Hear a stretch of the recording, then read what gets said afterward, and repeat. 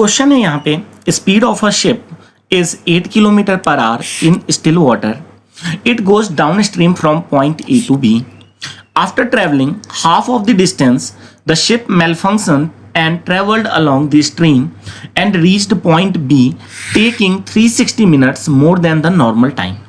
If the speed of the current is 2 km per hour, then what is the distance between A and B in kilometer? ठीक है, done, अच्छी बात है। देखो क्या रहा है क्वेश्चन, हमसे बस ये कह रहा है कि दो पॉइंट है ना, ये सपोज पॉइंट ए था, ये पॉइंट बी था। एक शिप यहां से पॉइंट ए से निकल के पॉइंट बी तक जाना चाह रही है, ठीक है। अब शिप की जो स्टिल वाटर में स्पीड है that is 8 kilometre per hour, ये शिप की स्पीड है, ठीक है। और साथ में करंट की स्पीड कितनी है, 2 किलोमीटर पर आवर। तो हमें पता है डाउन स्ट्रीम में दोनों स्पीड ऐड हो जाती हैं, है ना। डाउन स्ट्रीम का यही मतलब है ना कि पानी के साथ जा रही है, तो पानी की स्पीड भी उसमें ऐड हो जाएगी।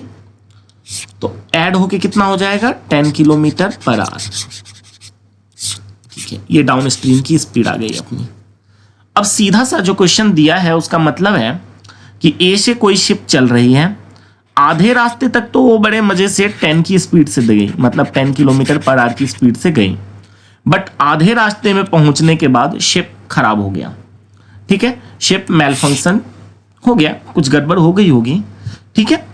अब यहां से आगे की जो डिस्टेंस है वो शिप ने बस इंजन बंद करके ट्रेवल किया है, मतलब लिखा है ना कि अलोंग द स्ट्रीम, ठीक है।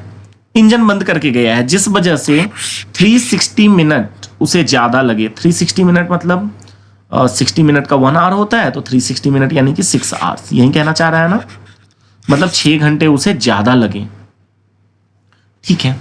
तो सिर्फ इतना केस हम डिस्कस करते हैं, इतना। कोई डिस्टेंस था, पहले उसे 10 की स्पीड से जाना था, ये 10 किलोमीटर पर आवर की स्पीड से, बट गई किस स्पीड से, गई है ये इसकी स्पीड से, 2 किलोमीटर पर आवर करंट की स्पीड से गई है, 2 की स्पीड से, जिस वजह से 6 घंटे उसे ज्यादा लगे। तो हमें पता है ना, distance is equal to S1 S2 upon delta S into delta T. ये फॉर्मूला हमने कई बार किया है कि जब भी हमें दो अलग अलग स्पीड गिवन हो और टाइम का गैप गिवन हो और डिस्टेंस फाइंड करना हो, in that case we can use this formula, है ना।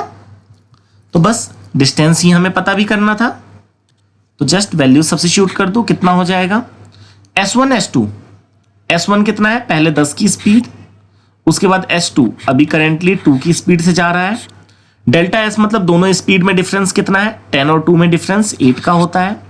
टाइम का गैप 6 का है ना, ठीक है। अब कटिंग कर दो, 2 से ये 4 कटेगा, यहां 3 अगेन 2 और ये 5, यानी कि 5 3 कितना आया, 15 किलोमीटर, है ना। मतलब ये जो हाफ डिस्टेंस था, half distance that is 15 kilometre per hour, such 15 kilometre, है ना। तो हमसे तो टोटल डिस्टेंस पूछा गया है ना, distance between A and be in kilometre, तो इसका डबल ही ये पूरा हो जाएगा, है ना। तो 15 का डबल कितना हो जाएगा, 2 टाइम्स 15 दैट इज 30 किलोमीटर, यही होगा ना। मतलब ऑप्शन डी इसका सही आंसर है। डन।